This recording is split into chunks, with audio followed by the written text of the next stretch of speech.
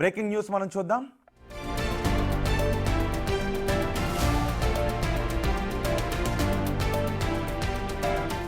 Phone tapping కేసులో బాధితులు కీలక విషయాలను బయటపెడుతున్నారు. దాని గురించిన బ్రేకింగ్ న్యూస్ ఇప్పుడు మనం చూస్తున్నాం. భీమా లక్ష్మణ్ అనే ఫోన్ ట్యాపింగ్ బాధితుడు తన గోడును వెల్లబుచ్చాడు.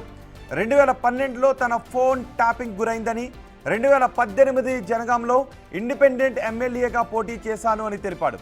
అపోలో హాస్పిటల్లో డాక్టర్గా గతంలో పనిచేసిన శ్రీనివాస్తో పరిచయం ఉన్న నేపథ్యంలో అపోలో డాక్టర్ శ్రీనివాస్ మీద ఉన్న కేసు తనపై మోపారు అని వాపోయాడు Lakshman. Apollo doctor Srinivas, Saroor Nagar CI, ఎస్ఐలు కుమ్మక్కై చాలా ఇబ్బంది పెట్టారు అని, తన జీవితాన్ని నాశనం చేశారు అని ఆరోపించాడు. తన కాల్ రికార్డ్స్ను అడ్డం పెట్టుకుని బెదిరించారని, దేవుడి దయ వల్ల ఈరోజు ఫోన్ ట్యాపింగ్ విషయం బయటపడిందని, తనకు న్యాయం చేయాలని కోరుతున్నాడు లక్ష్మణ్. సిటీకి ఒక కంప్లైంట్ ఇవ్వడానికి వచ్చినాను.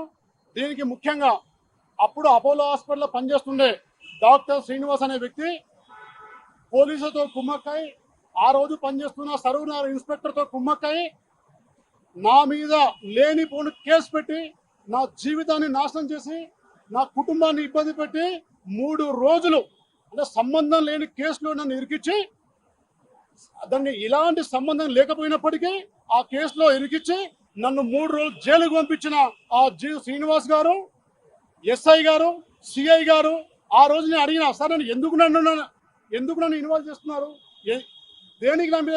దేనికి కేసు పెడుతున్నారు, దేనికి నన్ను జైలుకు పంపిస్తున్నారు అని ఆ రోజు అడిగితే అక్కడున్న ఆఫీసర్లు, ఆ సిఐ కావచ్చు, ఎస్ఐ కావచ్చు, ఇష్టం ఉన్నట్టు మాట్లాడుతూ, అరే నీ ఆడియోలు ఉన్నాయిరా, నువ్వు ఎవరెవరితో మాట్లాడుతున్నావు మాకు తెలుసురా, వినిపించమంటావారా, సిడిఆర్ పెట్టమంటావారా, ఈ నెంబరు సిడిఆర్ కూడా పెట్టిందా, నువ్వు ఎవరెవరితో మాట్లాడుతున్నావు, ఏమేం చేస్తున్నావో అన్ని తెలుసురా, వినిపించమంటావా అని చెప్పి ఇష్టం వచ్చినట్టుగా బెదిరింపడం జరిగింది. ఆ రోజు ఆయనతో పైసల కుమ్మక్కై నా జీవితాన్ని అడ్డం పెట్టు. నేను ఉద్యోగం చేస్తుంటే నా ఉద్యోగానికి అడ్డుపడ్డాడు.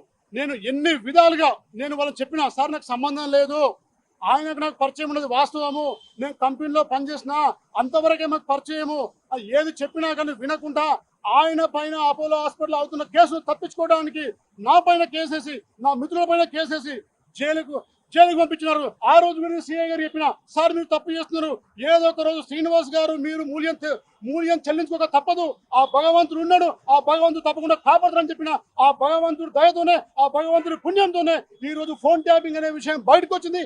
ఈ ఫోన్ ట్యాపింగ్ పాల్పడ్డ ఆఫీసర్ల పైన, మరి చేయించిన వ్యక్తుల పైన, డాక్టర్ శ్రీనివాస్ గారి పైన కూడా కఠినమైన చర్యలు తీసుకోవాలని చెప్పి కూడా ఈరోజు కంప్లైంట్ రాస్తాను, ఈరోజు కంప్లైంట్ కూడా ఇస్తాను. దయచేసి ఈ ఫోన్ ట్యాపింగ్ పాల్పడ్డ వారి మీద కఠినమైన